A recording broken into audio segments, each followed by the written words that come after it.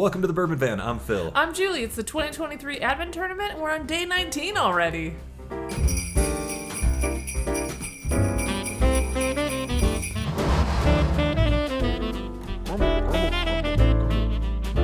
Welcome to the Bourbon Van's 2023 Advent Whiskey Tournament, presented by Bull Run Distillery and their extensive award-winning line of craft spirits. 2 days left in this third round. Crazy. We have 4 different whiskeys on the table today. Yours, those colors are not alike. I know, when I was pouring these, I was like, man, yours are so much darker and richer than mine. I make great picks, obviously. I'm sure that you're all 100% in your brackets for both of us still. Which whiskeys are in each glass? Sure, in your glasses we have 10 on the right, 31 on the left. In my glasses we have 15 and 16. I'm very orderly today. Very well done.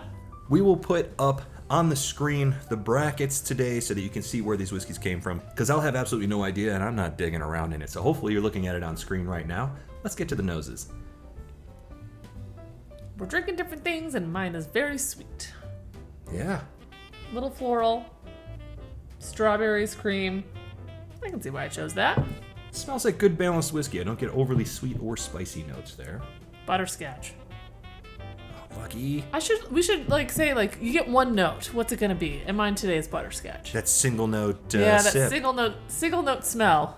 Oh, this one's definitely more powerful on the nose. So quick question, did our ones and ones face off against each other? Or Honestly, it's just a full... I don't know, and hopefully the bracket Lines overlay out. helped out with all of that. If you're wondering, I had an allergic reaction to something, so that's why I've got sort of a puffy lip here. It hasn't affected my tasting at all, but I wanted to get out in front of it because I don't want to get 50 comments of people like, what'd you do? What's wrong with you, man? What happened after a tasting? You know what? I bet that puffiness goes down as soon as I start drinking whiskey. Then we've got another problem. On to the first sip. Yeah, I can see why this made it here. That's tasty whiskey. Ooh, really fruity. I'm underwhelmed by mine. Boo. I know. I was like, I know there was a couple matchups where I was like, man, I want the ones that, I don't know. I need another sip on this one. It drank a little bit crisp and cool. There's some sweetness. The flavors are really mellow. That's all. I got the mellow flavors. This reminds me of a malty, syrupy extract that you would use in beer brewing. Like a barley malt extract. Mm-hmm. Wow.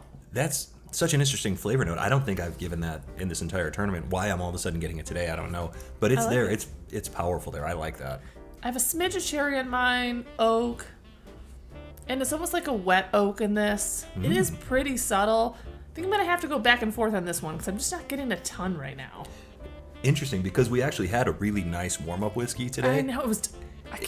It was another one of those moments where I'm like, why don't we drink this bottle? It was so delicious. It was a low-proof whiskey that we can't get around here, and it's starting to get low in the bottle, so we decided it's time to work on that bottle a little bit.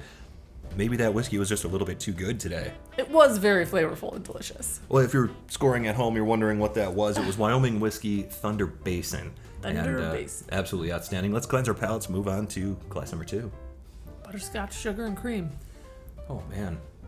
Glass number 2 for me, drinking a little thin. Mm-hmm. Still giving some nice flavors. There's some coffee there, vanilla. It is creamy, although it drinks a little thin. It's almost like a vanilla cream flavor that I'm getting. I like it, but it is not giving me all of the things that glass number 1 did right off the bat. I'm going to go back and forth here and find out. But glass number 1, right now, that round mouthfeel, the nice depth of flavor, the richness, just the overall experience, it's winning out. It's great. I love my glass number 2. There's no surprises in this. It is butterscotch and cream. Yeah. Oak, that kind of thing. I'm anxious to see my glass number 1, what that tastes like. What happened to glass number 1? Interesting. Well, now all of a sudden I think that glass 1 came from Texas. Oh, you love Texas. I do. There's a musty, sort of sawdusty flavor coming along all of a sudden. Like you said, I think wet oak at one point. This is just like wet barrel, nondescript sort of wood. I don't know. Interesting. I like it. I went the sweet tooth. This is the dessert round for me. Not overly surprising. Yeah. It was bound to happen sooner or later. Mm-hmm. Did you drink it all already? I did. That's what happens when you're digging for flavors. I'm gonna maybe need to fill up that glass again. Or maybe not. I just looked in the frame here and realize that the microphone is basically right in front of your face. So oh, good. And mine don't have a loud voice at all. No, that should be great for our audio great. today. Great job, me. I think I'm ready. I'm ready too. Oh, okay, good. See, now it won't even matter. We'll 1, make this one short. 2, 3. Okay. 2 whiskeys move ahead. 2 whiskeys are dismissed. Yeah. I can see why both of these wound up here, and I think that they probably did really, really well in their respective competitions. Yeah. But in this matchup, there was a pretty easy decision for me, and I don't know if I said it earlier. I think it was just the way that whiskey hit my palate today. Mm-hmm. But it coated well. The finish was great. It did a lot of things that I liked. Glass number 2 is the sort of thin coat that it put on my mouth. Yeah. That I just wasn't in love with it, so glass number 1 it is. And for me, in this glass, I just wanted more. I was kind of underwhelmed today. And again, you know, different day, different palate. You never know what's going to happen. This one is beautifully sweet. It is butterscotch. Today, at least, it's butterscotches and cream. I can see how the sweetness could get a little bit almost cloying at the end. But in the matchup that I had presented to me today, this one was definitely the winner. So for me, we have to say goodbye to number 15 today. She made it here for a reason. Let's find out who she is.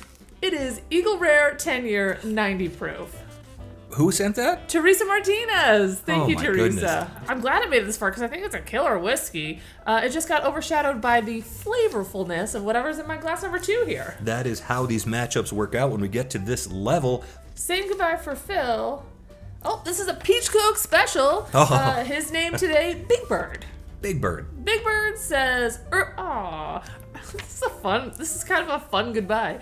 Early times, bottled and bond, 100 proof. How about that? So a bottled and bond for me, a 10-year whiskey for you. What a day. 2 more whiskeys eliminated, 2 more whiskeys moving on. That means there's only 1 day left in round 3. We're going to have at it tomorrow from wherever we are. To wherever you are. Cheers. Cheers. Welcome to the Bourbon Van. No. Blah, blah, blah, blah. Did you know we have new hats in the store? That's a handsome hat. It's a great hat. Do you know who looks good in Bourbon Van apparel? You do. Go to thebourbonvan.com and gear up today.